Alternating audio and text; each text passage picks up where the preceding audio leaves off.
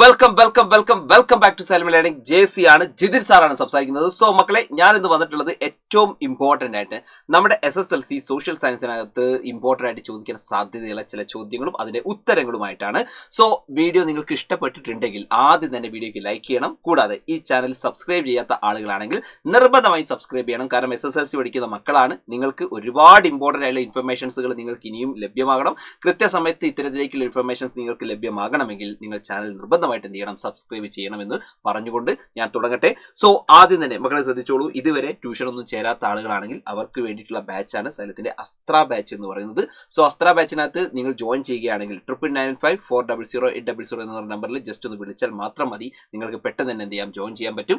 കാരണം ഇതൊരു നല്ലൊരു അവസരമാണ്. സോ എല്ലാ ആൾക്കാരും ഒരു കറക്റ്റ് ടൈമിൽ തന്നെ നല്ല തീരുമാനമെടുത്ത് അസ്ത്രയുടെ ഭാഗമായി മാറുമെന്ന് വിശ്വസിക്കുന്നു. സോ നമ്മൾ തുടങ്ങട്ടെ. ആദ്യമായിട്ട് നമ്മൾ പറയാൻ പോകുന്നത് മാറുന്ന ഭൂമി എന്ന് പറഞ്ഞൊരു ചാപ്റ്റർ ഉണ്ട്, ദ ചേഞ്ചിങ് എർത്ത് എന്ന് പറഞ്ഞ ചാപ്റ്റർ ഉണ്ട്. ഈ ചാപ്റ്ററിനകത്ത് ഏറ്റവും നിർബന്ധമായി നമ്മൾ പഠിക്കേണ്ട ചില ചോദ്യങ്ങൾ നമുക്കൊന്ന് നോക്കിയാലോ. ആദ്യമായിട്ട് മക്കളെ പ്രധാനമായിട്ട് ഒരു ചോദ്യം ശ്രദ്ധിച്ചോളൂ.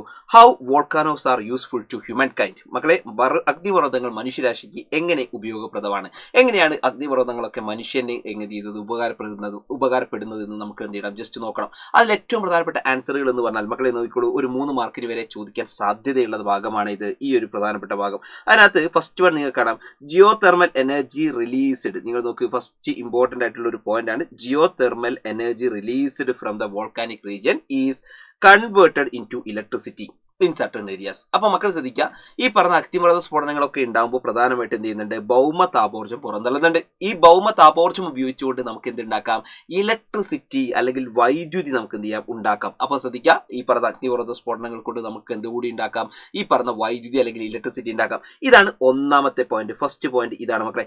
ഇനി രണ്ടാമത്തത്, അഗ്നിപർവ്വതങ്ങൾ പൊട്ടിക്കഴിഞ്ഞാൽ നിങ്ങൾക്കറിയാം ഇതുപോലെ തന്നെ താഴോട്ട് വരുന്ന പുറത്തേക്ക് വരുന്നതാണ് ഇത് ലാവ. ഈ ലാവ എന്ന് പറഞ്ഞാൽ ഒരുപാട് മിനറൽസുകൾ, ഒരുപാട് ധാതുക്കൾ അടങ്ങിയതാണ് ഇത് ലാവ. അപ്പൊ അതുകൊണ്ട് നമുക്ക് പറയാൻ പറ്റും ലാവ ധാതു സമ്പന്നമാണ്. Lava is rich in minerals. ഈ ലാവ എന്ന് പറഞ്ഞാൽ എന്താണ്, ഒരുപാട് ധാതുക്കൾ അടങ്ങിയതാണെന്ന് മനസ്സിലാക്കാം. കാരണം നിങ്ങൾക്കറിയാം ഈ ലാവ പുറത്തു വന്നു കഴിഞ്ഞാൽ അത് ഉറച്ചു കഴിഞ്ഞാലാണ് ബസാൾട്ട് റോക്ക് ആവുന്നത്. ബസാൾട്ട് റോക്ക്, ഈ ബസാൾട്ട് റോക്ക് പൊടിഞ്ഞിട്ടാണ് കറുത്ത മണ്ണ് അല്ലെങ്കിൽ ബ്ലാക്ക് സോയിൽ ആവുന്നത്. ഈ ബ്ലാക്ക് സോയിൽ എന്ന് പറഞ്ഞാൽ വളരെ ഇമ്പോർട്ടന്റ് ആയിട്ടുള്ള ഒരു ഫെർട്ടൈൽ സോയിലാണ്, ഫലഭൂയിഷ്ഠമുള്ള മണ്ണാണ്. ഇത് ഉപയോഗിച്ചുകൊണ്ടാണ് നമുക്ക് കരിമ്പ് കൃഷി, അതുപോലെ തന്നെ കോട്ടൺ കൾട്ടിവേഷൻ, ഇതൊക്കെ നമ്മൾ ചെയ്യുന്നത് ഏതാണ്, ബ്ലാക്ക് സോയിൽ ഉപയോഗിച്ചിട്ടാണ്. അപ്പൊ അതുകൊണ്ട് ഓർത്ത് വെച്ചോളൂ, ലാവ എന്ന് പറഞ്ഞാൽ that is rich in minerals. അത് എന്താണ്, ധാതു സമ്പുഷ്ടമാണ് എന്ന് മനസ്സിലാക്കി വെക്കുക. അടുത്തത് മക്കൾ ശ്രദ്ധിച്ചോളൂ, ഈ പറയുന്ന വോൾക്കാനോസ് എന്ന് പറയുന്ന സംഭവങ്ങൾ കാണാൻ വേണ്ടി ഒരുപാട് ആൾക്കാർ എന്ത് ചെയ്യുന്നുണ്ട്, പല ദേശത്തു നിന്നും ആളുകൾ അങ്ങനെയുള്ള സ്ഥലങ്ങളിലേക്ക് പോകാറുണ്ട്. അതുകൊണ്ട് തന്നെ ഇത് ഇമ്പോർട്ടൻ്റ് ആയിട്ടുള്ള എന്തുകൂടിയാണ്, ടൂറിസ്റ്റ് സ്പോട്ട് കൂടിയാണ്. അതാണ് ഇത് ഈ പറയുന്ന തേർഡ് പോയിന്റ്. അപ്പോൾ ഇത് ഇമ്പോർട്ടൻ്റ് ആയിട്ടുള്ള ടൂറിസ്റ്റ് സ്പോട്ട് കൂടിയാണെന്ന് എന്ത് ചെയ്യാം മക്കൾ മനസ്സിലാക്കി വെക്കട്ടോ. ഇമ്പോർട്ടൻ്റ് ആയിട്ടുള്ള ടൂറിസ്റ്റ് സ്പോട്ടാണ്, സഞ്ചാരികളെ ആകർഷിക്കുന്ന പ്രധാനപ്പെട്ട ഒരു കേന്ദ്രമാണെന്ന് മനസ്സിലാക്കി വെക്കുക. ഇത്രയുമാണ് പ്രധാനമായിട്ടും നമ്മൾ ഈ ഒരു ചോദിച്ച ചോദ്യത്തിന്റെ ഉത്തരം എന്ന് പറഞ്ഞാൽ, അഗ്നിപർവ്വതങ്ങൾ എങ്ങനെ മനുഷ്യന് ഉപകാരപ്പെടുന്നു എന്ന് ചോദിച്ചു കഴിഞ്ഞാൽ വൈദ്യുതി അല്ലെങ്കിൽ ഇലക്ട്രിസിറ്റി, അതേപോലെ തന്നെ ലാവ എന്ന് പറഞ്ഞാൽ മിനറൽസിന് റിച്ച് ആയിട്ടുള്ളതാണ്. അതേപോലെ തേർഡ് വൺ എന്ന് പറഞ്ഞാൽ മക്കളെ നമുക്ക് പറയാം ഇതൊരു ടൂറിസ്റ്റ് സ്പോട്ടായിട്ടുള്ള സ്ഥലം കൂടിയാണ്. മക്കളെ ഇത്രയാണ് പറയാനുള്ളത്. ഇനി അടുത്തത് ഒരു ക്വസ്റ്റ്യൻ, ഇമ്പോർട്ടൻ്റ് ആയിട്ടുള്ള ക്വസ്റ്റ്യൻ ആണ്. How can be reduce the impact of earth cake, explain the suitable measures. മക്കളെ പ്രധാനമായിട്ട് നമ്മൾ പഠിച്ചിരിക്കേണ്ട, അതായത് നിങ്ങൾക്കറിയാം എർത്ത് കേക്കുമായി ബന്ധപ്പെട്ട് ചിലപ്പോൾ നമുക്കൊരു ആപ്ലിക്കേഷൻ ലെവലിലേക്കൊക്കെ ചിലപ്പോൾ ചോദ്യങ്ങൾ വരാം. അതായത് സിലബസിന്റെ പുറത്തു നിന്നൊക്കെ ചിലപ്പോൾ ചോദ്യങ്ങൾ ചിലപ്പോൾ നിങ്ങൾക്ക് എന്ത് ചെയ്യാം, ചോദിക്കാം. അങ്ങനെ ഇപ്പോൾ ഉള്ളൊരു ചോദ്യമാണെങ്കിൽ നിങ്ങൾ നോക്ക്, ഭൂകമ്പങ്ങളുടെ ആഘാതം എങ്ങനെ കുറയ്ക്കാം, ഭൂകമ്പങ്ങൾ ഉണ്ടായിക്കഴിഞ്ഞാൽ എങ്ങനെ നമുക്കത് കുറയ്ക്കാൻ പറ്റും, അത്തരത്തിലേക്കുള്ള ആപ്ലിക്കേഷൻ ലെവലായിട്ടുള്ള ചിലപ്പോൾ ചോദ്യം നമുക്ക് വരാം. കാരണം എർത്ത് കേക്കുമായി ബന്ധപ്പെട്ട് കുറേ ഡീറ്റെയിൽസുകൾ നമുക്ക് പറയുന്നുണ്ട്. സോ ആ ഭാഗത്ത് നിന്ന് ഇത്തരത്തിലേക്കുള്ള ചോദ്യങ്ങളൊക്കെ എന്ത് ചെയ്യാം, വരാൻ സാധ്യതയുണ്ട്, മനസ്സിലാക്കി വെക്കുക. അങ്ങനെയൊക്കെ വന്നു കഴിഞ്ഞാൽ ഒരു എർത്ത് കേക്ക് ഉണ്ടായി കഴിഞ്ഞാൽ നമുക്ക് എങ്ങനെ സിമ്പിൾ ആയിട്ട് നമുക്ക് ഇതാവാം. നിങ്ങൾ നോക്കി, ഇപ്പോൾ നമ്മളൊരു ബിൽഡിങ്ങിലാണല്ലെങ്കിൽ ആ ബിൽഡിങ്ങിൽ നിന്ന് ഉടനെ തന്നെ എന്ത് ചെയ്യുക, ഓടിയിട്ട് ഒരു തുറസായിട്ടുള്ള ഒരു ഓപ്പൺ സ്പേസ് ആയിട്ടുള്ള സ്ഥലങ്ങളിൽ എന്ത് ചെയ്യാം, നമ്മൾ മാറണം. അങ്ങനത്തെ ഒരു ഓപ്പൺ സ്പേസിലേക്ക് മാറണം. അതേപോലെ തന്നെ ഇലക്ട്രിക് ലൈനുകൾ, അതുപോലെ തന്നെ വലിയ മരങ്ങൾ, അതിൻ്റെ ചുവട്ടിൽ നമ്മൾ നിൽക്കാൻ പാടില്ല. അതേപോലെ തന്നെ മക്കളെ ശ്രദ്ധിക്കുക, ഏറ്റവും പ്രധാനമായിട്ട് നമ്മൾ ചെയ്യേണ്ട ഒരു കാര്യം എന്ന് പറയുന്നത്, പ്രധാനമായിട്ട് ജനലുകൾ ഈ പറയുന്ന ബിൽഡിങ്ങിൻ്റെ ഉള്ളിൽ പെട്ട് കഴിഞ്ഞാൽ ജനലിൻ്റെ ഒന്നും അടുത്ത് നമ്മൾ നിൽക്കരുത്. ഇനി അഥവാ ആ ഉള്ളിലാണെങ്കിൽ തന്നെ കോർണറുകളിൽ നമ്മൾ എന്ത് ചെയ്യണം, വീടിൻ്റെയോ അല്ലെങ്കിൽ ഈ പറയുന്ന ബിൽഡിങ്ങിൻ്റെയോ ഒക്കെ കോർണറുകളിൽ നമ്മൾ എന്ത് ചെയ്യണം, അഭയം പ്രാപിക്കണം. ഇത്തരത്തിലേക്കുള്ള പോയിന്റുകളാണ് എഴുതേണ്ടത്. അപ്പോൾ ഞാൻ പറഞ്ഞു ഇതൊരു അപ്ലിക്കേഷൻ ലെവലിലേക്കുള്ള ചോദ്യമാണ്. അപ്പോൾ നിങ്ങൾക്ക് ഇതുമായി ബന്ധപ്പെട്ട ചോദ്യങ്ങൾ ചിലപ്പോൾ എന്ത് ചെയ്യാൻ വരാം. അപ്പോൾ ശ്രദ്ധിക്കണേ, നിങ്ങൾ ചിലപ്പോൾ സാർ ഇതുവരെ ഞങ്ങൾക്ക് ഈ ടെക്സ്റ്റിനകത്ത് പോയിന്റുകളൊന്നും തന്നിട്ടില്ലല്ലോ എന്നൊക്കെ ചിലപ്പോൾ ചോദിക്കാം. പക്ഷെ മക്കൾ മനസ്സിലാക്കേണ്ടത്, ഇത്തരത്തിലേക്ക് നിങ്ങൾക്ക് നിങ്ങളുടേതായിട്ടുള്ള അറിവ് വെച്ചിട്ട് എഴുതാൻ പറ്റുന്ന ചോദ്യങ്ങൾ എന്ത് ചെയ്യാം, കാണാം. അങ്ങനത്തെ ചോദ്യങ്ങളും വരാൻ സാധ്യതയുണ്ട്. അതുകൊണ്ടാണ് ഞാൻ ഈ ചോദ്യം എടുത്തു പറഞ്ഞത് കേട്ടോ. Okay, ready. ഇനി അടുത്തത് മക്കളെ ഏറ്റവും പ്രധാനമായിട്ട് നിങ്ങൾ നോക്കിക്കോളൂ, പ്രധാനപ്പെട്ടതാണ് ഈ ഒരു ഭാഗത്തെ മാറുന്ന ഭൂമി അല്ലെങ്കിൽ ദ ചേഞ്ചിങ് എർത്തിൽ ഏറ്റവും പ്രധാനപ്പെട്ട ഒരു ഭാഗമാണ് വെതറിംഗ്. മക്കളെ വെതറിംഗ് വെരി വെരി ഇമ്പോർട്ടന്റ് ആയിട്ടുള്ള ഒരു ടോപ്പിക്കാണ് ഇത്, വെതറിംഗ് അല്ലെങ്കിൽ അപക്ഷയം. നോക്ക് അവിടെ ചോദിക്കുകയാണ് വാട്ട് ഈസ് വെതറിംഗ് അല്ലെ, അപക്ഷയം എന്നാൽ എന്ത്, വിവിധ തരത്തിലേക്കുള്ള അപക്ഷയങ്ങൾ എഴുതാൻ അല്ലെ, ഡിഫറെന്റ് ടൈപ്സ് ഓഫ് വെതറിംഗ് എഴുതാൻ ചോദിച്ചിട്ടുണ്ട്. അപ്പൊ മക്കളെ വെതറിംഗ് അല്ലെങ്കിൽ അപക്ഷയം എന്ന് പറഞ്ഞാൽ സിമ്പിൾ ആയിട്ട് പറഞ്ഞാൽ നമ്മുടെ പാറയുണ്ടല്ലോ, റോക്സ് ഉണ്ടല്ലോ, അത് പൊട്ടിപ്പൊളിയുന്നതിനെയാണ് നമ്മൾ വെതറിംഗ് എന്ന് പറയുന്നത് അല്ലെങ്കിൽ അപക്ഷയം എന്ന് പറയുന്നത്. അതായത് റോക്സ്, പാറകൾ പൊട്ടിപ്പൊളിയാണ്, അതാണ് വെതറിംഗ് എന്ന് പറഞ്ഞാൽ. അപ്പൊ നോക്ക് മക്കളെ, the process that bring about the chemical and mechanical change in rocks are called weathering. അപ്പൊ ശിലകൾക്ക് രാസപരവും ഭൗതികപരവുമായിട്ടുള്ള മാറ്റങ്ങൾ ഉണ്ടാകുന്ന പ്രക്രിയയാണ് നമ്മൾ അപക്ഷയം അല്ലെങ്കിൽ വെതറിംഗ് എന്നതുകൊണ്ട് ഉദ്ദേശിക്കുന്നത്. ഇത് എത്ര തരമുണ്ട് എന്ന് ചോദിച്ചാൽ 3 തരമുണ്ട്. ഒന്നാമത്തത് ഫിസിക്കൽ വെതറിംഗ് ആണ്, രാസികമായ അപക്ഷയം. രണ്ടാമത്തത് കെമിക്കൽ വെതറിംഗ് ആണ്, ഫസ്റ്റ് വൺ ഭൗതികമായ അപക്ഷയം കേട്ടോ. ഒറ്റ കാര്യം ഓർത്തിച്ചാൽ മതി, നമ്മുടെ സയൻസ് സബ്ജക്റ്റുകളുടെ പേരൊക്കെ ഓർത്ത് കഴിഞ്ഞാൽ സിമ്പിൾ ആയിട്ട് നമുക്ക് എന്ത് ചെയ്യാൻ പറ്റും, ഇത് കിട്ടും. അപ്പൊ അതായത് സയൻസ് സബ്ജക്റ്റിൽ ഫസ്റ്റ് ഫിസിക്സ്, അപ്പൊ ഭൗതിക അപക്ഷയം അല്ലെങ്കിൽ physical weathering. Second one chemistry ഓർത്ത് വെച്ചോളാം, അപ്പൊ കെമിക്കൽ വെതറിംഗ്, അതെന്താണ് രാസിക അപക്ഷയം.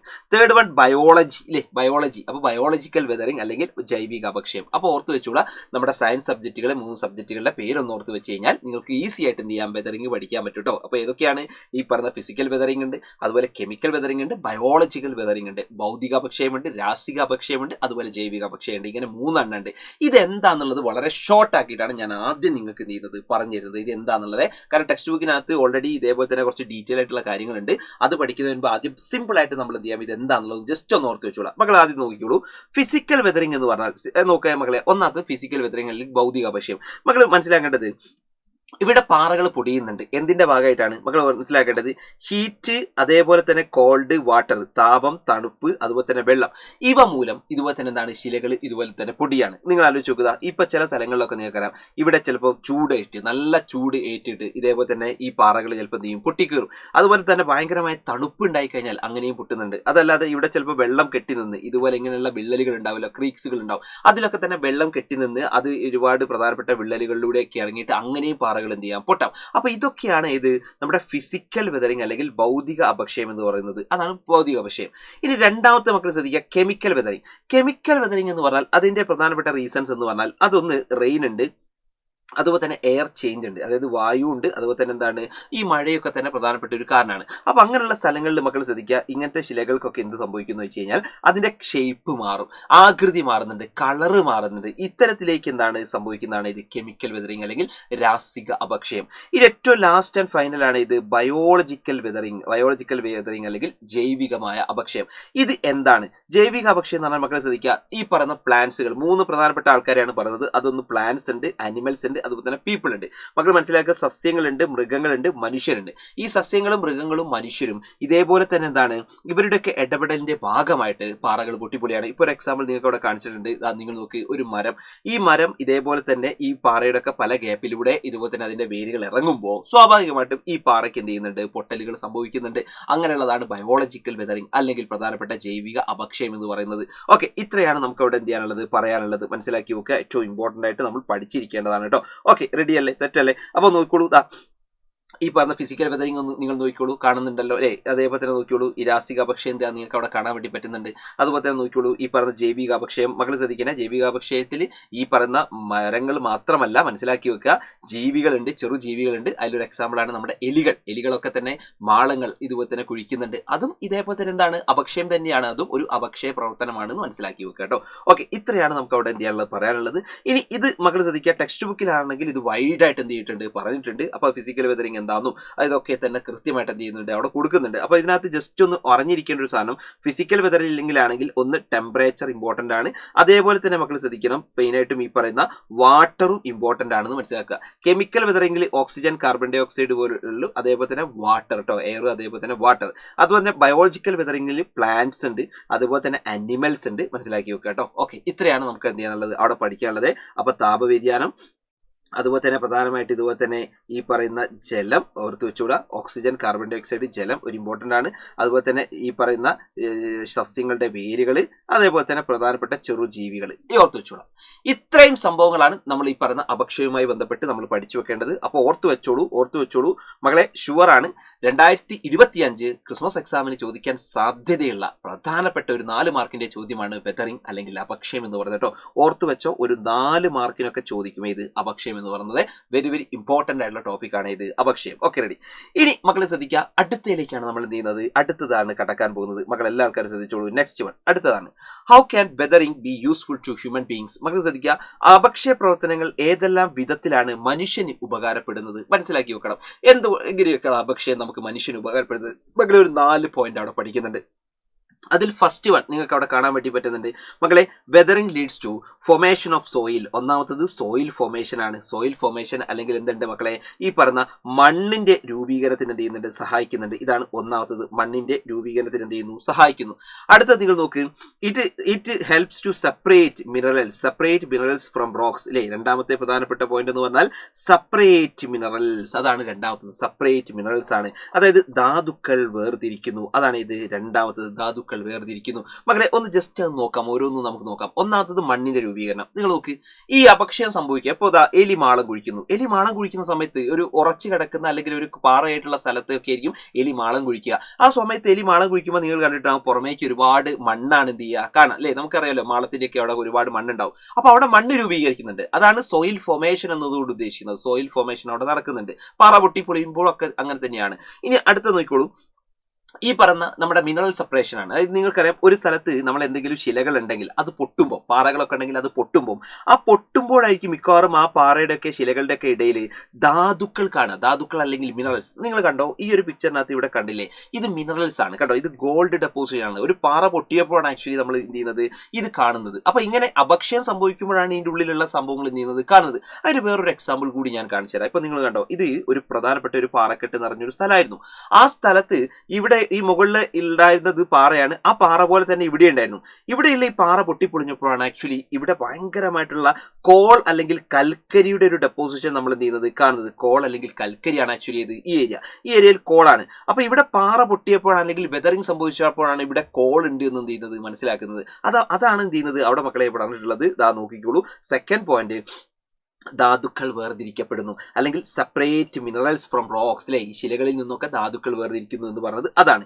ഇനി മൂന്നാമത്തെ നോക്ക്, ധാതു സമ്പുഷ്ടീകരണത്തിന്. നെക്സ്റ്റ് പോയിന്റ് ആണ് ഇത്, ധാതു സമ്പുഷ്ടീകരണത്തിന് അല്ലെങ്കിൽ മിനറൽ എൻറിച്ച്മെന്റ് അല്ലെങ്കിൽ ധാതു സമ്പുഷ്ടീകരണത്തിന്. അതാണ് ഇത് മൂന്നാമത്തെ പോയിന്റ്, ധാതു സമ്പുഷ്ടീകരണത്തിനാണ്. ഈ പറയുന്ന ധാതുക്കൾ എന്ത് ചെയ്യാണ്, സമ്പുഷ്ടീകരിക്കുകയാണ്. അത് ജസ്റ്റ് ഇതാ നിങ്ങൾ നോക്ക്, ധാതു സമ്പുഷ്ടീകരണം ജസ്റ്റ് നിങ്ങൾ നോക്കിക്കോളൂ. കണ്ടോ, ഇവിടെ നിങ്ങൾ കാണുന്നില്ലേ, ഇതാണ് നമ്മുടെ കോള്. ഈ കോൾ ഉണ്ടല്ലോ, ഈ കോൾ ഇതേപോലെ തന്നെ എന്ത് ചെയ്യും, സമ്പുഷ്ടീകരിക്കാൻ പറ്റും. ഈ പറഞ്ഞ മിനറൽസ് എൻറിച്ച്മെന്റിന് എന്ത് ചെയ്യും, സഹായിക്കും. കാരണം ഇത് ഇങ്ങനെ പൊട്ടിപ്പൊളിയുന്ന സ്ഥലത്ത് ശ്രദ്ധിക്കണേ, ഇങ്ങനെ പൊട്ടിപ്പൊളിഞ്ഞാൽ അവിടുന്ന് നമ്മൾ എന്ത് ചെയ്യുന്നു, ഇതുപോലെ തന്നെ മൈനിങ് ചെയ്യുന്നു. അങ്ങനെ മൈനിങ് ചെയ്ത് നമുക്ക് എന്ത് ചെയ്യുന്നു, മിനറൽസുകൾ കിട്ടുന്നു. ആ മിനറൽസുകൾ തന്നെ എന്താണ്, നമ്മൾ ഈ മിനറൽസ് എൻറിച്ച്മെന്റ് നമ്മൾ എന്ത് ചെയ്യാണ്, ധാതു സമ്പുഷ്ടീകരണം. അതായത് ഒരു ഫൈനലായിട്ട് ഇത് എന്ത് ചെയ്യാണ് ഒരു പ്രൊഡക്റ്റ് ആക്കി നമ്മൾ എന്ത് മാറ്റുകയാണ് ചെയ്യുന്നത് കേട്ടോ. അപ്പൊ ഇത്തരത്തിലേക്ക് ഇതിനൊക്കെ ആര് സഹായിക്കുന്നുണ്ട്, ഈ പറയുന്ന വെതറിംഗ് അല്ലെങ്കിൽ അപക്ഷയം എന്ത് ചെയ്യുന്നുണ്ട്, സഹായിക്കുന്നുണ്ട് എന്ന് മനസ്സിലാക്കി വെക്കുക. Okay, ready.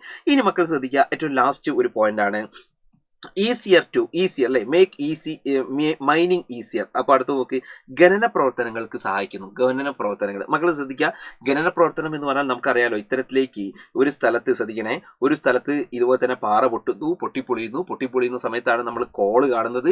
ആ കോള് നമ്മൾ എന്ത് ചെയ്യുന്നു, ഇതുപോലെ തന്നെ കുഴിച്ചെടുക്കാൻ വേണ്ടി ശ്രമിക്കുന്നു. അങ്ങനെ കുഴിച്ചെടുക്കാൻ ശ്രമിക്കുമ്പോഴാണ് പലപ്പോഴും അവിടെ എന്ത് രൂപപ്പെടുന്നത്, ഖനികൾ അല്ലെങ്കിൽ പറഞ്ഞ മൈനിങ് സെന്റർ സ്റ്റാർട്ട് ചെയ്യുന്നത്. നിങ്ങൾ ആലോചിച്ച് നോക്കുക, ഇതിപ്പോ ഒരു മൈനിങ് ആണ്, ഒരു ഖനിയാണ്. ഈ ഖനി എങ്ങനെയാണ് നമ്മൾ കണ്ടെത്തിയിട്ടുണ്ടാവുക, ഓരോ ഖനികളും കണ്ടെത്തുന്നത് ഇതേപോലെ തന്നെ എന്തെങ്കിലും ചെറിയ ഒരു തരത്തിലേക്കുള്ള ഒരു തുടക്കമായിരിക്കും ഉണ്ടാവുക. അപ്പൊ അവിടെ പിന്നെ കുഴിച്ച് നോക്കുമ്പോഴേക്കും ചിലപ്പോൾ കുറെ ആഴത്തിലേക്ക് ഇത് കാണുക. അങ്ങനെയാണ് ഓരോന്നും നമ്മൾ എന്ത് ചെയ്യുന്നത്, കണ്ടെത്തുന്നത് കേട്ടോ. അപ്പൊ ലോകത്ത് ഇതേപോലെ തന്നെ ഒരുപാട് സ്ഥലങ്ങളിൽ മിനറൽ ഡെപ്പോസിറ്റ്സ് ഉണ്ട്. ആ മിനറൽ ഡെപ്പോസിറ്റ്സുകളൊക്കെ നമ്മൾ ഇങ്ങനെ കണ്ടെത്തുന്നത് ഇത്തരത്തിലേക്കുള്ള വെതറിംഗ് ഒക്കെ സംഭവിക്കുമ്പോഴാണ്. പാറകളൊക്കെ പൊട്ടുമ്പോഴായിരിക്കും മിക്കവാറും ചിലതൊക്കെ കാണുക. അപ്പൊ എന്ത് ചെയ്യും, അവിടെ കൂടുതലായിട്ട് കുഴിച്ചു നോക്കും. അങ്ങനെ കുഴിച്ചു നോക്കുമ്പോഴായിരിക്കും അവിടെ കൂടുതൽ പഠനങ്ങളൊക്കെ നടത്തുമ്പോഴായിരിക്കും വലിയ ഡെപ്പോസിറ്റുകളൊക്കെ ഉള്ള സ്ഥലങ്ങൾ നമ്മൾ കണ്ടെത്തുക. അങ്ങനെയാണ് അവിടെ എന്ത് ചെയ്യുന്നത്, കുഴിച്ചെടുക്കുന്നത് കേട്ടോ. മനസ്സിലാക്കി വെക്കുക. അപ്പൊ ഇതാണ് ഖനി. ഓക്കെ, അപ്പൊ ഇത്രയുമാണ് പ്രധാനമായിട്ടും വെതറിംഗ് കൊണ്ടുള്ള നമുക്ക് പ്രധാനപ്പെട്ട മനുഷ്യന് ഉപകാരങ്ങൾ ഇതൊക്കെയാണെന്ന് മനസ്സിലാക്കിയോ കേട്ടോ. അപ്പോൾ എക്സാമിന് ചോദിക്കാനുള്ള സാധ്യതയുണ്ട്. മകൾ ഓർത്ത് വെച്ചോളാം, ഇങ്ങനെ ഒരു ചോദ്യം വന്നു കഴിഞ്ഞാൽ ഒരു 4 മാർക്കിന് ചോദിക്കാൻ സാധ്യതയുള്ള ഒരു ഭാഗം കേട്ടോ. വെതറിങ്ങിന്റെ അല്ലെങ്കിൽ അപക്ഷയത്തിന്റെ പ്രധാനപ്പെട്ടുള്ള ബെനിഫിറ്റുകൾ ചോദിക്കാൻ സാധ്യതയുണ്ട്. ഒരു 4 മാർക്കിന് ചോദിക്കാൻ സാധ്യതകളാണ്. നിർബന്ധമായിട്ട് പഠിച്ചു വെച്ചോളൂ കേട്ടോ. അപ്പോൾ ഓർത്ത് വെച്ചോളൂ എന്തൊക്കെയാണെന്ന് വെച്ച് കഴിഞ്ഞാൽ സോയിൽ ഫോർമേഷൻ, മണ്ണ് രൂപീകരണം, സെപ്പറേറ്റ് മിനറൽസ് ധാതുക്കൾ വേർതിരിക്കൽ, അതുപോലെ തന്നെ മിനറൽസ് എൻറിച്ച്മെന്റ്, ധാതു സമ്പുഷ്ടീകരണം, അതേപോലെ ലാസ്റ്റ് വൺ ഈ പറഞ്ഞ മൈനിങ് ഈസിയർ ഈ പറയുന്ന ഖനന പ്രവർത്തനങ്ങൾ എളുപ്പത്തിൽ എന്ത് ചെയ്യുന്നുണ്ട്, സഹായിക്കുന്നുണ്ട്. ഇത്രയാണ് അവിടെ പറയാനുള്ളത്. ഇനി കുഞ്ഞുങ്ങൾ ശ്രദ്ധിക്കണം, അടുത്തത് നമ്മൾ എന്താണ് നോക്കുന്നത് എന്ന് ചോദിച്ചു കഴിഞ്ഞാൽ മക്കളെ നമുക്കറിയാം കേരളത്തിൽ തുടർച്ചയായ കുറഞ്ഞ വർഷങ്ങളായിട്ട് ഒരുപാട് ഉരുൾപൊട്ടലുകൾ എന്ത് ചെയ്യുന്നുണ്ട്, കേരളത്തിനകത്ത് ഉണ്ടാവുന്നുണ്ട്.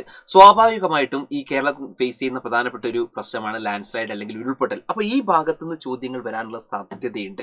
ഉരുൾപൊട്ടലുമായി ബന്ധപ്പെട്ട ചോദ്യങ്ങൾ വരാൻ സാധ്യതയുണ്ട്. അത് വെരി വെരി ഇമ്പോർട്ടൻ്റ് ആയിട്ടുള്ള ഒരു ടോപ്പിക്കാണ്, പഠിച്ചു വെച്ചോണം. കാരണം നമ്മളുമായി റിലേറ്റ് ചെയ്തിട്ടുള്ള സംഭവമാണ്. അപ്പോൾ എന്തായാലും ചോദ്യങ്ങൾ വരാൻ സാധ്യത കൂടുതലായിരിക്കും. അപ്പോൾ അങ്ങനെ ഒരു ചോദ്യം എന്ന് പറഞ്ഞാൽ നോക്ക്, name any 3 causes of land slide in Kerala. മകളെ കേരളത്തിലെ ഉരുൾപൊട്ടലിന്റെ ഏതെങ്കിലും 3 കാരണങ്ങൾ എഴുതുക. ഉരുൾപൊട്ടൽ ഉണ്ടാവാൻ കേരളത്തിനകത്തുള്ള കാരണങ്ങൾ ഏതെങ്കിലും ഒരു 3 എണ്ണം നമ്മൾ എന്ത് ചെയ്യണം, എഴുതണം. അപ്പൊ നമുക്ക് നോക്കാം, കേരളത്തിൽ ഉരുൾപൊട്ടൽ ഉണ്ടാവാനുള്ള കാരണങ്ങൾ ഏതെങ്കിലും ഒരു 3 എണ്ണമാണ് കേട്ടോ. ഏറ്റവും ഇമ്പോർട്ടൻ്റ് ആയിട്ടുള്ള കോസസ് ഓഫ് ലാൻഡ് സ്ലൈഡ് കേട്ടോ. കോസസ് ഓഫ് ലാൻഡ് സ്ലൈഡ് അല്ലെങ്കിൽ ഉരുൾപൊട്ടലിന്റെ പ്രധാനപ്പെട്ട ഒരു 3 കാരണങ്ങൾ എന്ത് ചെയ്യാം, നമുക്കൊന്ന് എഴുതാം. അപ്പോൾ നമുക്ക് നോക്കാം എന്തൊക്കെയാണ് ഉരുൾപൊട്ടൽ ഉണ്ടാവാനുള്ള കാരണം, റീസൺസ് എന്താണ്. അപ്പൊ നോക്ക് മക്കളെ, റീസൺസ് ഓഫ് ഉരുൾപൊട്ടൽ അല്ലെങ്കിൽ റീസൺസ് ഓഫ് ലാൻഡ് സ്ലൈഡ്. അതിൽ ഒന്നാമത്തത് ഫസ്റ്റ് പോയിന്റ് എന്ന് പറഞ്ഞാൽ നോക്ക് മക്കളെ, ഇൻക്രീസ് ഇൻ പോപ്പുലേഷൻ ഡെൻസിറ്റി ആണ്. ഒന്നാമത്തെ എന്താണ്, പോപ്പുലേഷൻ ഡെൻസിറ്റി തന്നെയാണ് അല്ലേ. ഈ പറഞ്ഞ ജനസാന്ദ്രത വർദ്ധിച്ചു വരുന്നുണ്ട്. അപ്പോൾ സ്വാഭാവികമായിട്ടും ആളുകൾ എന്താണ്, വീട് വെക്കാൻ ഇതുപോലെ തന്നെ പാടില്ലാത്ത സ്ഥലങ്ങളിൽ വരെ എന്ത് ചെയ്യുന്നുണ്ട്, വീട് വെക്കുന്നുണ്ട്. അതുപോലെ രണ്ടാമതാണ് അൺസയന്റിഫിക് കൺസ്ട്രക്ഷൻ മെത്തേഡ്, അശാസ്ത്രീയമായിട്ടുള്ള നിർമ്മാണം. ഇപ്പൊ നിങ്ങൾക്ക് ഇവിടെ തന്നെ കാണാൻ വേണ്ടി പറ്റുന്നുണ്ട് അല്ലേ, ചില സ്ഥലങ്ങളിലൊക്കെ തന്നെ അശാസ്ത്രീയമായിട്ടുള്ള രീതിയിലേക്കാണ് വീടുകളൊക്കെ തന്നെ ആളുകൾ ഉണ്ടാക്കുന്നത്. അപ്പൊ അതിന്റെ ഭാഗമായിട്ട് എന്ത് ചെയ്യുന്നുണ്ട്, ഇതുപോലെ തന്നെ ഇടിച്ചിലുകളൊക്കെ സംഭവിക്കുന്നുണ്ട്. അതേപോലെ തന്നെ ഓവർ എക്സ്പ്ലോയിറ്റേഷൻ ഓഫ് നാച്ചുറൽ റിസോഴ്സുകൾ അല്ലെങ്കിൽ പ്രകൃതി വിഭവങ്ങൾ അമിതമായ ആൾക്കാർ എന്ത് ചെയ്യുന്നുണ്ട്, ചൂഷണം ചെയ്യുന്നുണ്ട്. അമിതമായിട്ട് എന്ത് ചെയ്യുന്നുണ്ട്, ആളുകൾ ഇതുപോലെ തന്നെ ചൂഷണം ചെയ്യുന്നുണ്ട്. ആ ചൂഷണം ചെയ്യുന്നതിന്റെ ഭാഗമായിട്ട് എന്ത് ചെയ്യുന്നുണ്ട്, ഇതുപോലെ തന്നെ ഓരോ സ്ഥലങ്ങളും ഇടിഞ്ഞു പൊളിഞ്ഞു വീഴുന്നുണ്ട്. അതേപോലെ തന്നെ ലാസ്റ്റ് വൺ ഹെവി റെയിൻഫാൾ അല്ലെങ്കിൽ ഈ പറയുന്ന അതിതീവ്ര മഴയും ഒരു കാരണം തന്നെയാണ് അല്ലേ. അതിതീവ്ര മഴയൊക്കെയാണ് പ്രധാനമായിട്ട് ആക്ച്വലി നിങ്ങൾക്കറിയാലോ, ഈ പറയുന്ന വയനാട്ടിലെ ചൂരൽമലയിലൊക്കെ തന്നെ ആ ഉരുൾപൊട്ടലൊക്കെ ഉണ്ടാവാനുള്ള മെയിനായിട്ടുള്ള കാരണങ്ങളിൽ ഒന്ന് ഈ പറയുന്ന അതിതീവ്ര മഴ തന്നെയാണ് അല്ലേ. ഭയങ്കരമായിട്ട് ഇതുപോലെ തന്നെ എന്താണ്, മഴയൊക്കെ പെയ്തിരുന്നു. അതും ഒരു ഇഷ്യൂ തന്നെയാണ്. സോ ഇത്രയും ഇമ്പോർട്ടൻ്റ് ആയിട്ടുള്ള കാര്യങ്ങളാണ് കേരളത്തിനകത്ത് ലാൻഡ് സ്ലൈഡ് ഉണ്ടാവാനുള്ള പ്രധാനപ്പെട്ട റീസൺസ്. അത് പഠിച്ചു വെച്ചോളാം. ഇമ്പോർട്ടൻ്റ് ആയിട്ടുള്ള ഒരു ഭാഗം തന്നെയാണ് ഇത്. ഈ കേരളവുമായി ബന്ധപ്പെട്ട് ഈ പറയുന്ന ലാൻഡ് സ്ലൈഡുമായി ബന്ധപ്പെട്ട ഭാഗം നിർബന്ധമായിട്ട് നിങ്ങൾ എന്ത് ചെയ്യണം, പഠിച്ചു വെക്കണം. Okay, ready. ഇനി മക്കളെ അങ്ങനെയാണെങ്കിൽ നെക്സ്റ്റ് വൺ, അടുത്തൊരു പ്രധാനപ്പെട്ട ഒരു ചോദ്യം എന്ന് പറഞ്ഞാൽ, right any possible factors that can lead to the ഉരുൾപൊട്ടൽ ഇൻ എൻ ഏരിയ. മക്കളെ, ഒരു ഉരുൾപൊട്ടൽ ഉണ്ടാവാനുള്ള സാധ്യതാ ഘടകങ്ങളാണ്. അതായത് ഏതെങ്കിലും ഒരു സ്ഥലത്ത് ഉരുൾപൊട്ടലൊക്കെ ഉണ്ടാകാനുള്ള സാധ്യതാ ഘടകങ്ങളാണ് നമ്മൾ ചോദിച്ചത്. ഏതെങ്കിലും സ്ഥലത്ത് അതെന്തൊക്കെയാണ്? ഇത് നേരത്തെ നമ്മൾ കേരളം പറഞ്ഞെങ്കിൽ ഇതല്ലാതെ നമ്മൾ മറ്റുള്ള സ്ഥലങ്ങളിലൊക്കെ ഉരുൾപൊട്ടലൊക്കെ ഉണ്ടാവാനുള്ള സാധ്യതകൾ എന്തൊക്കെയാണ് അത് നോക്കിയാണ്. അതിൽ ഒന്ന് പ്രധാനമായിട്ട് നിങ്ങൾ നോക്കിയോ, അവിടെ കാണാൻ വേണ്ടി പറ്റുന്നത് ഒന്ന് സ്ലോപ്പ് അല്ലെങ്കിൽ പ്രദേശത്തിന്റെ ചരിവ് ഇമ്പോർട്ടൻ്റ് ആണ്. നോക്കിയോടുക, അധികവും ഉരുൾപൊട്ടൽ ഉണ്ടാവാൻ സാധ്യത ഇങ്ങനെ കുത്തനെ ചരിഞ്ഞിട്ടുള്ള സ്റ്റീപ്പ് സ്ലോപ്പ് ഏരിയാസിലാണ് അധികവും ഈ ഉരുൾപൊട്ടലുകളൊക്കെ ഉണ്ടാവാനുള്ള സാധ്യത കൂടുതലുള്ളത്.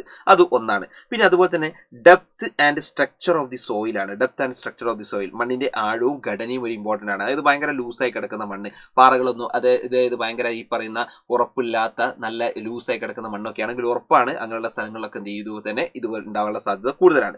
അതേപോലെ തന്നെ ലാൻഡ് യൂസ് ആണ് അല്ലേ, ഈ പറഞ്ഞ ആളുകൾ ഉപയോഗിക്കുന്നതാണ്. ഭൂവിനിയോഗം ഇമ്പോർട്ടൻ്റ് ആണ്. അപ്പോൾ നോക്കിയാൽ മതി, ഇങ്ങനത്തെ സെൻസിറ്റീവ് ആയിട്ടുള്ള സ്ഥലങ്ങളിലൊക്കെ ആളുകളൊക്കെ വീടും കാര്യങ്ങളൊക്കെ വെച്ച് കഴിഞ്ഞാൽ, അങ്ങനെയുള്ള ലാൻഡ് യൂസ് ഒക്കെ നടത്തി കഴിഞ്ഞാൽ ഉറപ്പാണ് ഇങ്ങനെയുള്ള സ്ഥലങ്ങളിൽ ഉണ്ടാവാൻ സാധ്യത എന്താണ്, കൂടുതലാണ്. അതാണ് പറഞ്ഞത്. പിന്നെ last one the distribution of streams ആണ്. നീർച്ചാലുകളുടെ വിന്യാസവും ഇമ്പോർട്ടൻ്റ് ആണ്. ഇത്രയാണ് ആ ഭാഗത്ത് പറയാനുള്ളത്.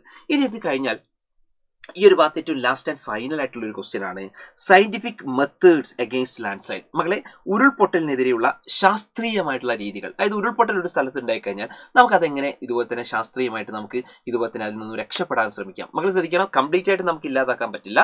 പക്ഷെ നമുക്ക് ശാസ്ത്രീയമായിട്ട് നമുക്ക് എന്ത് ചെയ്യാം, ഇതുപോലെ തന്നെ ചില മാർഗ്ഗങ്ങൾ നമുക്ക് പ്രധാനമായിട്ടും ഫോളോ ചെയ്യാം. അപ്പോൾ സ്വാഭാവികമായിട്ടും നമുക്ക് എന്താ പറ്റും, ഈ പറയുന്ന മരണസംഖ്യയും അതൊക്കെ നമുക്ക് മാക്സിമം കുറയ്ക്കാൻ പറ്റും. അതുകൊണ്ട് നാശനഷ്ടങ്ങളൊക്കെ നമുക്ക് മാക്സിമം കുറയ്ക്കാൻ പറ്റും. അതെന്തൊക്കെയാണ് നമുക്കുള്ളത് എന്ന് നോക്കാം. അതിൽ ഒന്നാമതാണ് റിമോട്ട് സെൻസിങ്. എന്ത് ഉപയോഗിക്കുക, റിമോട്ട് സെൻസിങ് എന്ന് പറഞ്ഞാൽ വിദൂര സംവേദനം. എന്താണ് റിമോട്ട് സെൻസിങ്? അത് ഡീറ്റെയിലേക്കൊന്നും നമ്മൾ പോകേണ്ട ആവശ്യമില്ല. റിമോട്ട് സെൻസിങ് എന്ന് പറഞ്ഞാൽ മക്കളെ മനസ്സിലാക്കേണ്ടത്, it is A system. It is a system regard to the collection of information related in a object or place or phenomena without actual physical contact. അതായത് മക്കളെ, ഈ ഒരു റിമോട്ട് സെൻസിങ് എന്ന് ഉദ്ദേശിച്ച് കഴിഞ്ഞാൽ ഇത്രയേ ഉള്ളൂ.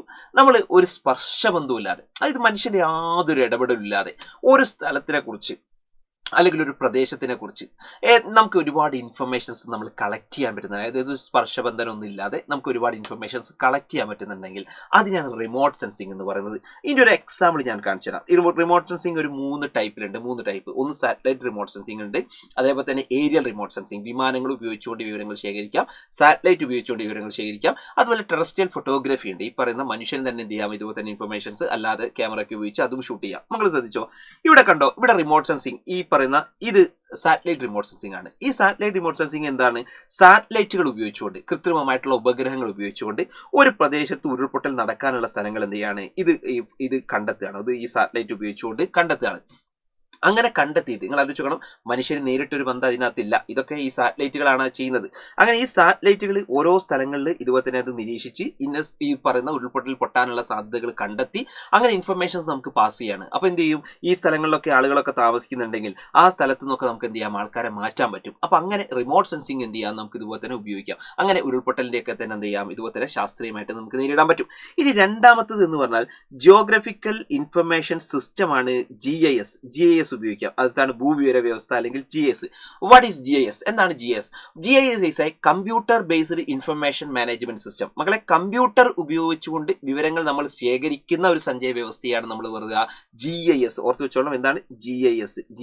അപ്പൊ നിങ്ങൾ നോക്ക്, നമ്മൾ ഈ കമ്പ്യൂട്ടറുകളൊക്കെ ഉപയോഗിച്ചുകൊണ്ട് നമുക്ക് ഇതുപോലെ തന്നെ ഏതെങ്കിലും ഒരു സ്ഥലത്തൊക്കെ ഉണ്ടെങ്കിൽ ആ സ്ഥലങ്ങളിൽ എവിടെയൊക്കെയാണ് ഉരുൾപൊട്ടൽ കാര്യങ്ങളൊക്കെ തന്നെ പൊട്ടാൻ സാധ്യതയുള്ളത്, ആ സ്ഥലങ്ങളൊക്കെ ആദ്യമേ ലൊക്കേറ്റ് ചെയ്തുകൊണ്ട് ആളുകളെ അവിടെ നിന്നൊക്കെ മാറ്റി പാർപ്പിക്കുക. അങ്ങനെ നമുക്ക് എന്ത് ചെയ്യാം, ഈ പറഞ്ഞ ഉരുൾപൊട്ടലിനൊക്കെ തന്നെ ശാസ്ത്രീയമായിട്ട് നമുക്ക് നേരിടാൻ പറ്റും അല്ലേ. അതിലൊക്കെ നമുക്ക് നാശനഷ്ടങ്ങൾ കുറയ്ക്കാൻ പറ്റും അല്ലേ. ഇനി അടുത്തത് നിങ്ങൾ നോക്കണം, പ്രധാനപ്പെട്ട മാപ്പുകളാണ്, ഭൂപടങ്ങളാണ് അല്ലേ. പ്രധാനപ്പെട്ട മാപ്പ് അല്ലെങ്കിൽ ഭൂപടങ്ങൾ ഉപയോഗിച്ചിട്ടാണ് ആരുണ്ടാക്കുന്ന ഭൂപടങ്ങളാണ്. ഒന്ന് ജിയോളജിക്കൽ സർവേ ഓഫ് ഇന്ത്യ, അവരുണ്ടാക്കുന്ന ഭൂപടം. അതേപോലെ തന്നെ national centre for earth science studies ഉണ്ട്, NCES, അവരുണ്ടാക്കുന്ന മാപ്പുകളുണ്ട്. ആ മാപ്പുകൾ ഉപയോഗിച്ചിട്ട് നമുക്ക് എന്ത് ചെയ്യാം, ഈ പറയുന്ന ഉരുൾപൊട്ടൽ അല്ലെങ്കിൽ ഈ പറയുന്ന ഉരുൾപൊട്ടലിനൊക്കെ ശാസ്ത്രീയമായിട്ട് നമുക്ക് എന്ത് ചെയ്യാൻ പറ്റും, ഇതുപോലെ തന്നെ നേരിടാൻ പറ്റും. അത് മക്കൾ ശ്രദ്ധിച്ചോ, ഇത്തരത്തിലേക്കുള്ള സംഭവങ്ങൾ ശ്രദ്ധിക്കണേ. ഇത്തരത്തിലേക്കുള്ള മാപ്പുകൾ അവരുണ്ടാക്കും. ആ മാപ്പ് ഉണ്ടാക്കുന്ന സമയത്ത് ശ്രദ്ധിക്കുക, അതിനകത്ത് കൃത്യമായിട്ട് ഓരോ സ്ഥലങ്ങളിലും ഇത് നോക്കിയാൽ ഈ ഏരിയാസിലൊക്കെ തന്നെ പൊട്ടാൻ സാധ്യതയുള്ള സ്ഥലമാണ്. അപ്പൊ അത് പൊട്ടിക്കഴിഞ്ഞാൽ അവിടെയൊക്കെ ഉള്ളത് റിവേഴ്സ് ആണ്, ഇങ്ങനെ പോകുന്നത് റിവേഴ്സ് ആണ്. ഇവിടെ കുത്തു കാണിച്ച സ്ഥലങ്ങളൊക്കെ പ്രധാനപ്പെട്ട വില്ലേജുകളാണ്. അപ്പൊ ഇങ്ങനത്തെ സ്ഥലങ്ങളിലൊക്കെ ഉരുൾപൊട്ടൽ ഉണ്ടായി കഴിഞ്ഞാൽ അതിങ്ങനെ താഴോട്ട് വരുമ്പോൾ ഏതൊക്കെ സ്ഥലങ്ങളിലേക്കാണ് ഈ വെള്ളമൊക്കെ ഒലിച്ച് വീഴുക, അപ്പൊ സ്വാഭാവികമായിട്ടും ഈ ഗ്രാമങ്ങളിലേക്കൊക്കെ വെള്ളം എത്തും, അവിടെയൊക്കെയുള്ള നാശനഷ്ടങ്ങൾ ഉണ്ടാവും. അപ്പൊ ഇത് മുൻകൂട്ടി കണ്ടുകൊണ്ട് ആളുകൾ ഇവിടെ നിന്നൊക്കെ എന്ത് ചെയ്യാം, മെല്ലെ ഷിഫ്റ്റ് ചെയ്യാം. അങ്ങനെയൊക്കെയുള്ള തരത്തിലേക്കുള്ള മാപ്പുകൾ നമുക്ക് എന്ത് ചെയ്യാൻ പറ്റുന്നുണ്ട്, ഉണ്ടാക്കാൻ പറ്റുന്നുണ്ട്. അപ്പൊ ഇത്തരത്തിലേക്കുള്ള മാപ്പിലൂടെയും നമുക്ക് ഈ പറഞ്ഞ ഉരുൾപൊട്ടൽ ഇല്ലെങ്കിൽ ഈ പറഞ്ഞ ലാൻഡ് സ്ലൈഡിനൊക്കെ എന്ത് ചെയ്യാം, നമുക്ക് ഈ പറഞ്ഞ സയന്റിഫിക് ആയിട്ട് നമുക്ക് നേരിടാൻ പറ്റും. അപ്പൊ അതുകൊണ്ട് ഓർത്ത് വെച്ചോ മക്കളെ, ഓർത്ത് വെച്ചോ, scientific method against landslide, ഉരുൾപൊട്ടലിനെതിരെയുള്ള ശാസ്ത്രീയ രീതികൾ പഠിച്ചു വെച്ചോളൂ, ഇമ്പോർട്ടന്റ് ആണ്. അപ്പൊ എന്തൊക്കെയാണ് നമ്മൾ പറഞ്ഞത്? ഒന്ന് റിമോട്ട് സെൻസിങ് അല്ലെങ്കിൽ ഈ പറയുന്ന വിദൂര സംവേദനം, സെക്കൻഡ് വൺ GIS അല്ലെങ്കിൽ ഭൂവിവര വ്യവസ്ഥ, തേർഡ് വൺ മാപ്പുകളാണ്. മാപ്പുകൾ ആരൊക്കെ ഉണ്ടാക്കിയതാണ്? ഭാരതീയ ഭൂവിജ്ഞാന സർവേയും അതേപോലെ തന്നെ ദേശീയ ഭൗമ പഠന കേന്ദ്രം കേട്ടോ, ജിയോളജിക്കൽ സർവേ ഓഫ് ഇന്ത്യയും അതുപോലെ national centre for earth science സ്റ്റഡീസും അവർ നടത്തിയ സാധനങ്ങൾ. അപ്പൊ ഇത്രയും സംഭവങ്ങൾ നമുക്ക് ശ്രദ്ധിക്കുക, ഇത്രയും ഇമ്പോർട്ടന്റ് ആയിട്ടുള്ള ക്വസ്റ്റ്യൻസ് ആണ് നമ്മൾ ഈ ഒരു ചാപ്റ്ററിൽ നിന്ന് നമുക്ക് ഡിസ്കസ് ചെയ്യാനുള്ളത്. ഏത് ചാപ്റ്ററിൽ നിന്ന്? മാറുന്ന ഭൂമി എന്ന് പറയുന്ന വളരെ ഇമ്പോർട്ടൻ്റ് ആയിട്ടുള്ള ഒരു ചാപ്റ്റർ ഉണ്ടല്ലോ, ദ ചേഞ്ചിങ് എർത്ത് അല്ലെങ്കിൽ മാറുന്ന ഭൂമി. ഇതിനകത്ത് ഇത്രയും ഇമ്പോർട്ടൻ്റ് നമുക്ക് എന്ത് ചെയ്യാനുണ്ട്, പറയാനുണ്ട് മക്കളെ. ഇനിയും ഒരുപാട് ചോദ്യങ്ങളൊക്കെ നമുക്ക് ഇനി പോലെ വരാൻ സാധ്യതയുള്ള ചോദ്യങ്ങൾ പറയുന്നുണ്ട്. അത് എപ്പോഴാണെന്ന് വെച്ചാൽ മക്കളെ, ഇന്ന് നടക്കാൻ പോകുന്ന ഏറ്റവും പ്രധാനപ്പെട്ടിട്ടുള്ള നമ്മുടെ പബ്ലിക് ലൈവ് ഉണ്ടല്ലോ, ആ പബ്ലിക് ലൈവ് കൃത്യമായിട്ട് നമ്മൾ എന്ത് ചെയ്യുന്നുണ്ട്, ഓരോ ചോദ്യങ്ങളും നമുക്ക് പറയും. അതായത് ഏറ്റവും ഷോർട്ട് ആക്കിയിട്ട് കുറഞ്ഞ ചോദ്യങ്ങൾ, നിങ്ങൾക്ക് വരുന്ന ഒരു 10-28 ചോദ്യങ്ങൾ നമ്മൾ എന്ത് ചെയ്യുന്നുണ്ട്, തരുന്നുണ്ട്.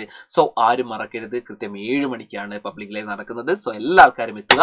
സോ ഞാൻ ഒരിക്കൽ കൂടി പറയുന്നു, ആർക്കെങ്കിലും നിങ്ങൾക്ക് ഈ വർഷം ബയോളജി എക്സാം അത്യാവശ്യം ടഫാണ്, ബുദ്ധിമുട്ടാണ്, അതേപോലെ തന്നെ ടഫായിരിക്കും ഈ മെയിൻ എക്സാമും. സോ നിങ്ങൾ മനസ്സിലാക്കേണ്ട ഒരു കാര്യം, കൃത്യമായിട്ട് പഠിച്ചിട്ടില്ലെങ്കിൽ നമുക്കൊരു ഫുൾ A+ അല്ലെങ്കിൽ ഒരു നല്ലൊരു മാർക്കിലേക്ക് നമുക്ക് എത്തുക എന്ന് പറയുന്നത് പ്രയാസമാണ്. സോ അതിന് വേണ്ടിയിട്ടാണ് കുഞ്ഞുങ്ങളോട് പറയുന്നത്, നിങ്ങൾ ഇനി ഈ ഒരു സമയത്തെങ്കിലും നിങ്ങൾ ചിന്തിക്കണം, അസ്ത്രയുടെ ഭാഗമായി മാറണം. എന്നാൽ മാത്രമാണ് ആണ് നമുക്കൊരു വലിയൊരു മാർക്കിലേക്ക് നിങ്ങളെ പെട്ടെന്ന് നമുക്ക് എത്തിക്കാൻ പറ്റുക. സോ എല്ലാ ആൾക്കാരും അടിപൊളിയായി ഉഷാറായിട്ട് എന്ത് ചെയ്യുക, പഠിക്കുക. നിങ്ങൾക്ക് ഇനി എന്തെങ്കിലും തരത്തിലേക്കുള്ള കണ്ടന്റുകളോ കാര്യങ്ങളോ ഏത് തരത്തിലേക്കാണ് വേണ്ടത് എന്ന് ഈ വീഡിയോയ്ക്ക് താഴെ മക്കൾ എന്ത് ചെയ്യുക, കമന്റ് ചെയ്യുക എന്ന് മാത്രം പറഞ്ഞുകൊണ്ട് നിർത്തുന്നു ജെസി സാർ. സോ ബൈ മക്കളെ, ബൈ ബൈ. ജെസി സാർ ആണ്. So bye bye bye bye bye മക്കൾ.